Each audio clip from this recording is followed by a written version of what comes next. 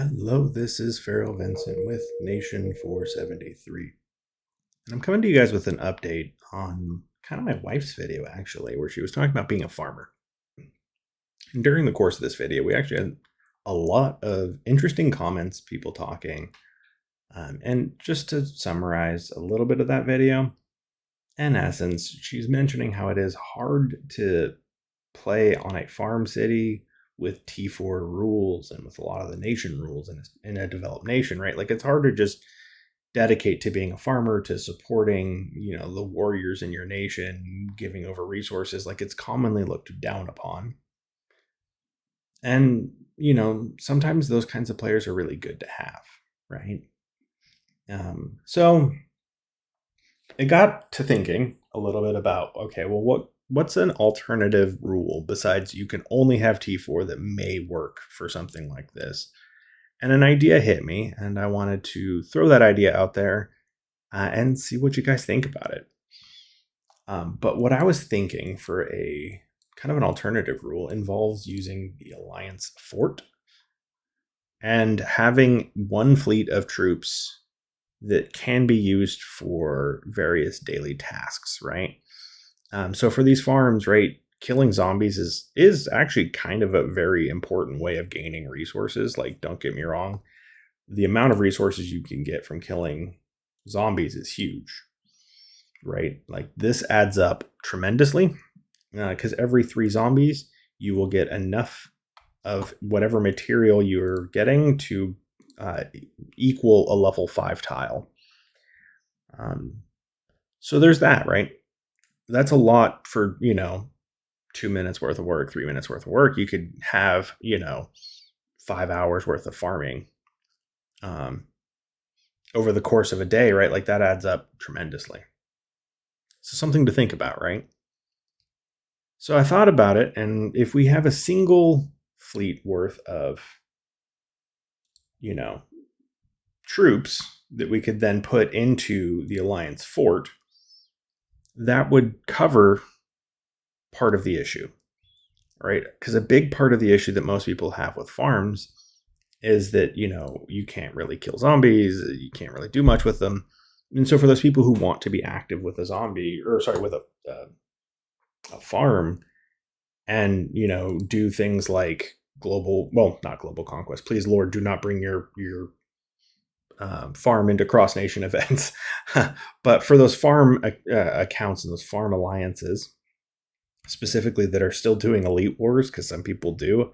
I don't know. I feel like that's crazy, but hey, some people do. For those people who want to do Doom Arena, for those people who want to do events like Medici on their farms, for those people who want to do, Elite Ghoul or trying to, make sure that they keep up with Doom Iron, things like that. This could benefit them, right? Having just a single fleet that is hidden in the Alliance Fort until it is needed. And so what that would look like in a nation perspective is just, you can have up to 1 fleet worth of troops. I would still recommend that fleet is always hidden, right? Which would reduce the amount of gathering that farm can do. But the point of that fleet is killing zombies primarily. So even if you tie it up for, 6-7 hours, it doesn't really matter because it's still going to get you more resources sitting in the Alliance Fort killing zombies than you would actually get for, it being out and gathering, because that takes a lot longer. So just an idea, something to think about. And that's kind of the whole crux of it, right? I feel like there's some pros and cons, right? The immediate con that comes to mind is nation BP, right? So when you have those kinds of cities that could alter and impact your nation BP, it would absolutely increase it. And so I feel like that would give me the idea to say, hey, let's limit how many farms you can do that on, or in general, just say, hey, you can only have 1 or 2 farms, or maybe a dedicated active farming alliance, right? So using something like an SRA as like a super farm, I could see that being where I would keep those particular farms at and limit them for how many people can have.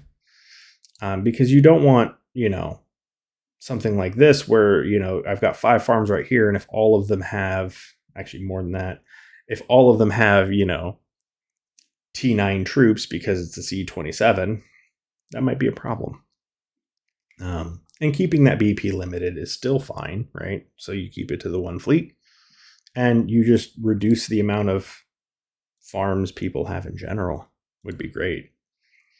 I'd also encourage those players when they are not online and actively using all of their skills and abilities to deactivate most of their equipment and most of their officers. So I would keep the directors. Oh, that is Titans. I would certainly keep the directors, right? I'd keep your iMedici and your choice, right? Like Doc, or I guess you could do that. Or I mean, even if you want to go down to like what I think it's Jesse who does gathering speed. Yeah. If you wanted to use those directors, that's fine. You wouldn't need to idle with anyone here, although you could technically argue that it would be best to idle with Loreline and Bravestar, primarily just so that you could get some fuel up. That way you can kill more zombies. I'd be fine with that too. I mean, you could have them use Saki and Morgan. That's not a huge deal, but long story short, these 4 are the only 4 they would need, and then just have them deactivate their drill masters and combat officers. They don't need them until they're actually out actively killing zombies. The other thing that you can have them reduce is their equipment.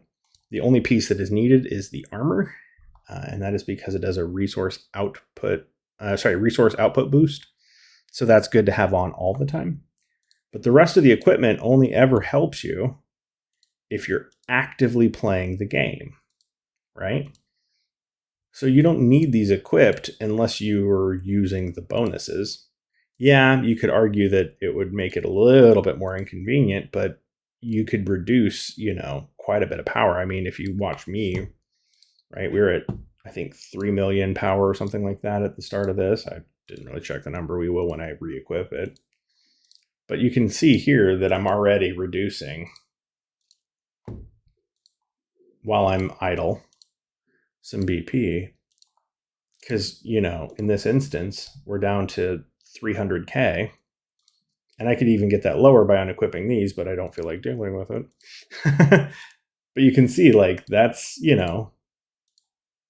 that's a big reduction when in the grand scheme of things. I mean, that's quite a few million troops, and by meeting this compromise on the BP side, you have effectively dealt with the con of BP creep. Well, in between events, you can earn your troops back by unequipping some things while you wait.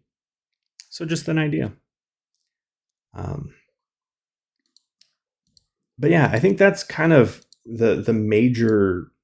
all the major points I wanted to make on this. I'm not going to harp it home too far past this point, other than to say, it was an idea that hit me, and I think it might be an elegant solution. Might be a little difficult to manage at first, but honestly, it'd be great for those people who want to focus on farming to be able to do so. So let me know what you guys think down in the comments. As always, please subscribe to the channel. It really helps me out a lot. And consider leaving this video a like if you enjoy this kind of content. And I'll see you on the next one.